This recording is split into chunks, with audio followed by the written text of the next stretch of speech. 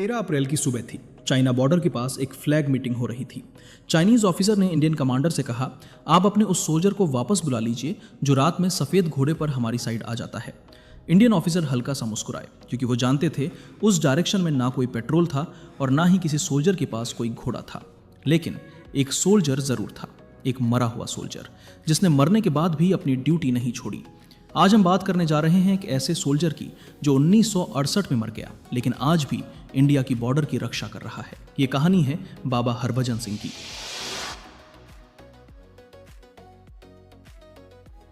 इस कहानी की शुरुआत होती है पार्टीशन से पहले के पंजाब से।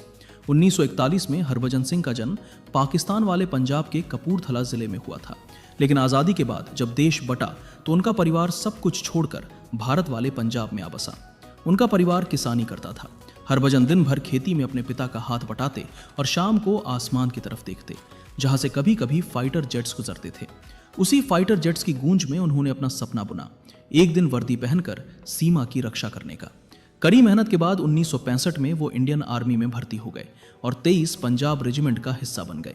उनकी पहली पोस्टिंग हुई सिक्किम की बर्फीली पहाड़ियों में, जहां भारत और चाइना की सरहद सिर्फ कुछ कदम दूर थी। यहां दिन भी अंधेरा लगता था, क्योंकि ठंड और बादलों से घिरा ये इलाका सूरज की रोशनी से ज्यादातर छुपा रहता था। ऊपर से ऑक्सीजन की कमी, सांस लेना मुश्किल और हर कदम पर खतरा था। लेकिन हरभजन अपनी चैलेंजिंग ड्यूटी से कभी पीछे नहीं हटे।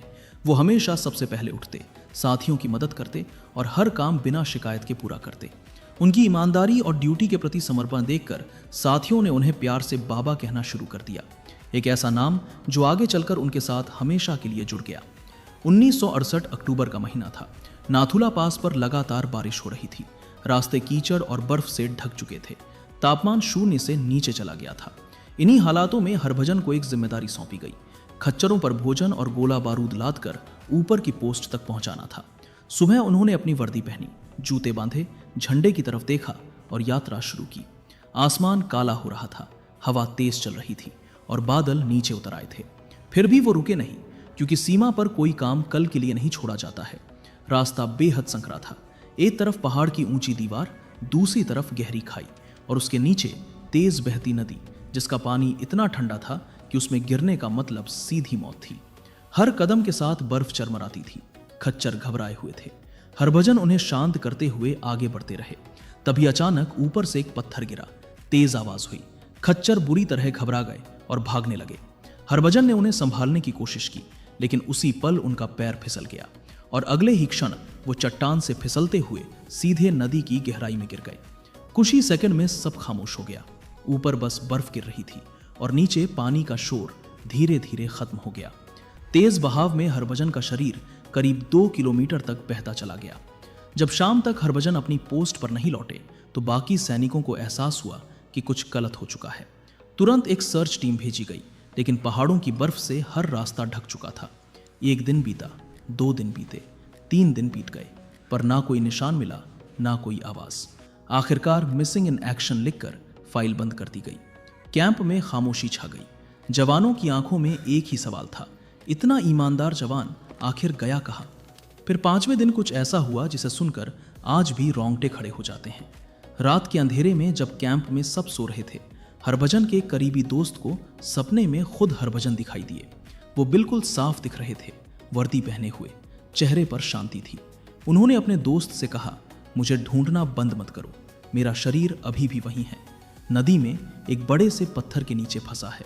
और फिर उन्होंने वो एग्जैक्ट लोकेशन बताई जहां उनका शरीर था। जैसे ही उनके दोस्त की नींद खुली, वो पसीने से तरबतर हो गया। उसे यकीन नहीं हो रहा था, लेकिन सपना इतना साफ था कि उसने बिना देर किए अफसरों को सब कुछ बता दिया। शुरू में किसी ने यकीन नहीं किया, लेकिन जब उसने एक एक डिटेल बताई तो एक सर्च टीम दोबारा भेजी गई और यहीं चमत्कार हुआ। जिस जगह का जिक्र सपने में किया गया था, वहां कुछ घंटों की तलाश के बाद हरभजन का शरीर मिल गया, बिल्कुल उसी पत्थर के नीचे, बिल्कुल उसी गहराई पर। वर्दी अब भी साफ थी, हथियार कमर पर था और चेहरे पर वही शांति, जैसे वो बस सो रहे हों। यह देखकर सभी सैनिक सन्न रह गए। किसी की समझ में नहीं आ रहा था कि यह कैसे संभव हो सकता है। हरभजन का अंतिम संस्कार पूरे सैन्य सम्मान के साथ हुआ। उन्हें तिरंगे में लपेटा गया, सलामी दी गई और उन्हें वहीं नाथुला पास के पास दफनाया गया। सबने सोचा अब ये कहानी यहीं खत्म हो गई, लेकिन असल में यहीं से असली कहानी की शुरुआत हुई, क्योंकि उनकी शहादत के बाद नाथुला पास की पहाड़ियों में कुछ अजीब और डरावनी घटनाएं होने लगीं। रात में बंकरों के बाहर से आती धीमी सी खड़खड़ाहट, बर्फ पर किसी के कदमों के निशान और सर्च लाइट की रोशनी में दिखती एक परछाई। ये सब किसी एक जवान ने नहीं बल्कि पूरे कैंप ने महसूस किया था। शुरू में लोगों ने सोचा शायद ये ऊंचाई का असर है, क्योंकि ऑक्सीजन की कमी से दिमाग कभी कभी भ्रमित हो जाता है। लेकिन ये भ्रम नहीं था, ये हकीकत थी। एक रात एक जवान ड्यूटी पर तैनात था। घड़ी में रात के ठीक 2 बज रहे थे। ठंड इतनी थी कि हड्डियां जम रही थीं।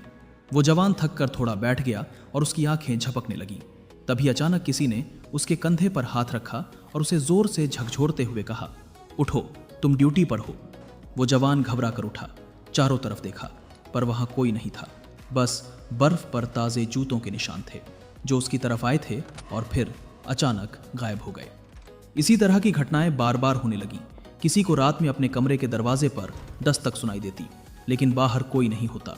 किसी को लगता कि कोई उसके पीछे चल रहा है, लेकिन मुड़कर देखने पर सिर्फ हवा होती। फरवरी की एक रात जब पूरा इलाका भयानक बर्फीले तूफान में दबा हुआ था, तब पास की चौकी से एक अजीब रिपोर्ट आई। 2 सिपाहियों ने बताया कि उन्होंने घाटी के उस पार एक पहाड़ी पर एक चमकती हुई आकृति देखी। वो आकृति इंसान जैसी थी, सर पर हेलमेट, पीठ पर राइफल और हाथ में फ्लैशलाइट जैसी कोई चीज। जब उन्होंने सर्च लाइट डाली तो वो आकृति पल भर में गायब हो गई। लेकिन उसके बाद वायरलेस पर किसी की आवाज 3 बार सुनाई दी, सावधान रहो, सावधान रहो, सावधान रहो। ये आवाज किसकी थी? किसी के पास इसका जवाब नहीं था। कुछ हफ्तों बाद बर्फ पिघलने लगी।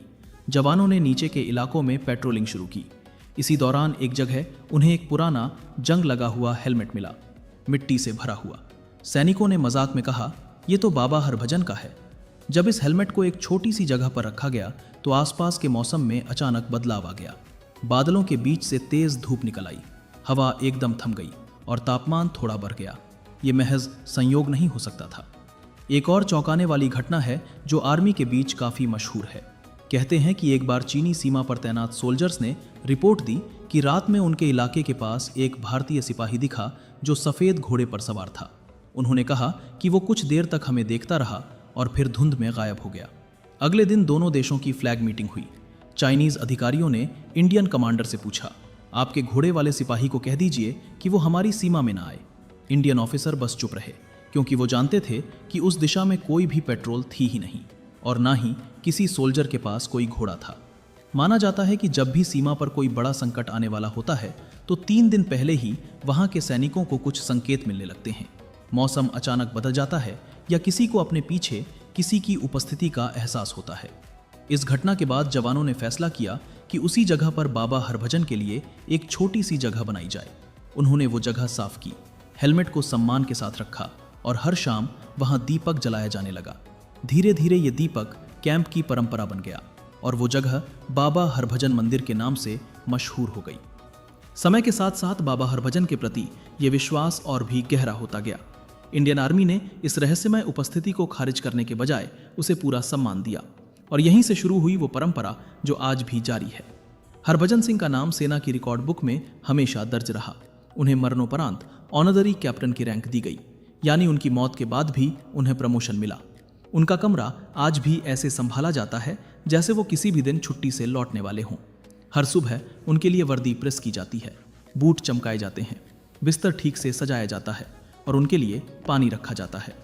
लेकिन अजीब बात यह है, जब भी सुबह पहरा बदला जाता है उनके बिस्तर पर हल्की सी सिलवटें होती हैं, बूटों पर मिट्टी लगी होती है और पानी की बोतल खाली मिलती है, जैसे रात में कोई आया हो, ड्यूटी पर गया हो और लौटकर सो गया हो। हर साल सितंबर के महीने में बाबा हरभजन सिंह को 2 महीने की एनुअल लीव दी जाती थी। उनका सामान, तस्वीर, वर्दी और मेडल्स एक ट्रेन के फर्स्ट क्लास डिब्बे में भेजे जाते। न्यू जलपाईगुड़ी से कपूरथला तक पूरी जर्नी में उनके लिए एक सीट रिजर्व रहती और उस सीट पर कोई नहीं बैठता था। 2 महीने बाद यही सामान वापस भेजा जाता और सेना के रिकॉर्ड में लिखा जाता, बाबा हरभजन सिंह ने अपनी एनुअल लीव पूरी की और ड्यूटी पर वापस लौट गए। उनके नाम की सैलरी भी हर महीने दी जाती थी जो उनके परिवार तक पहुंचाई जाती थी। ये सिर्फ एक परंपरा नहीं थी, ये इंडियन आर्मी का अपने शहीद के प्रति सम्मान था। लेकिन 2017 में कुछ ऐसा हुआ जिसने इस पूरी परंपरा को हिलाकर रख दिया। कुछ लोगों ने इसे अंधविश्वास कहकर इसका विरोध किया। अदालत में याचिका दाखिल हुई। तर्क दिया गया कि सेना को धार्मिक आस्था से अलग रखा जाना चाहिए और यह भी कहा गया कि एक मृत व्यक्ति को सैलरी देना और छुट्टी पर भेजना तर्कसंगत नहीं है। कोर्ट में सुनवाई हुई और फिर फैसला आया, बाबा हरभजन सिंह को छुट्टी पर भेजने की परंपरा रोक दी जाए। मंदिर को भी कुछ समय के लिए बंद कर दिया गया। सैनिकों को यह फैसला गलत लगा, लेकिन ऑर्डर सेना का हिस्सा होता है, इसलिए सब चुप रहे। पर अंदर से हर कोई टूट चुका था। फिर वही सर्दी आई। दिसंबर 2017 नाथुला पास पर भारी बर्फबारी शुरू हो गई। जब मंदिर बंद था तभी अचानक अजीब घटनाएं होने लगीं। एक रात गश्त पर निकले जवानों ने देखा मंदिर की दिशा में एक हल्का सा प्रकाश दिख रहा है। जब वो पास पहुंचे तो हैरान रह गए। वो दीपक जो महीनों से बुझा हुआ था अब तेज लौ के साथ जल रहा था। मंदिर के गेट तक जाते हुए ताजे पैरों के निशान मिले, चौड़े बूटों के निशान, बिल्कुल आर्मी बूट्स जैसे, जो सीधे मंदिर की तरफ जा रहे थे। ये देखकर सभी जवानों की रूह कांप गई। कुछ ही दिनों में मामला सेना के सीनियर अफसरों तक पहुंच गया। आखिरकार फैसला बदला गया। मंदिर दोबारा खोल दिया गया। परंपरा फिर से शुरू की गई। तब से आज तक हर जवान अपनी पोस्ट पर जाने से पहले मंदिर जाता है, बाबा हरभजन से प्रार्थना करता है और फिर सीमा पर खड़ा होता है। चाहे दुनिया माने या ना माने, चाहे विज्ञान इसे स्वीकार करे या ना करे, लेकिन भारत चीन बॉर्डर पर तैनात हर सिपाही ये जानता है बाबा हरभजन आज भी ड्यूटी पर हैं और आज भी हर खतरे से पहले चेतावनी देते हैं। ये है बाबा हरभजन सिंह की कहानी, भारत के असली घोस्ट सोल्जर की कहानी, जिसने ये साबित कर दिया कि सच्ची देशभक्ति जन्म और मृत्यु की सीमाओं से परे होती है। दोस्तों, अगर ये वीडियो आपको पसंद आया हो तो वीडियो को एक लाइक ज़रूर करें और चैनल को भी सब्सक्राइब करें। हम ऐसे ही वीडियो हर हफ्ते आपके लिए लाते रहेंगे। तब तक के लिए जय हिंद।